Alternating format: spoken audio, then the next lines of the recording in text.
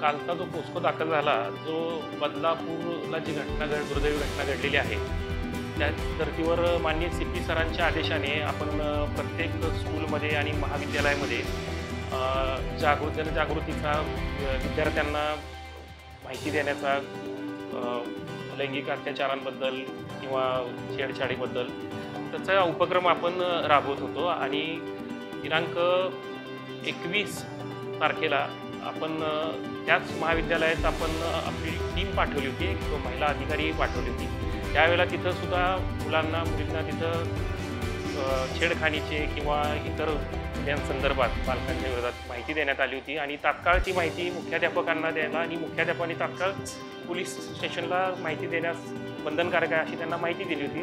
त्याच धर्तीवर त्याच शाळेत शिकणारी मुलगी तिनं तिच्या आईला 17 तारखेला त्यांच्या वर्गामध्ये एका मुलीला चक्कर आली होती, चक्कर येऊन ती वर्गात क्लासरूममध्ये पडली होती। त्यावेळेला सर्व विद्यार्थी जमा झाले होते, शिक्षक शिक्षिकाही जमा झाले। त्यावेळेला ह्या शिक्षकांनी विद्यार्थ्यांना बाजूला करणे, कारण त्या विद्यार्थीला श्वास घेता यावा, जिला चक्कर आली आहे तिला, त्या बाजूला करण्याच्या ह्याच्यात असताना त्यांनी नको त्या पद्धतीने स्पर्श केला। अशा तिच्या तक्रारीवरून आम्ही लागलीच गुन्हा दाखल करून आरोपीला तात्काळ अटक करण्यात आलेली आहे आणि पुढील आरोपीविरुद्ध आम्ही स्ट्रॉंग ॲक्शन घेत आहोत।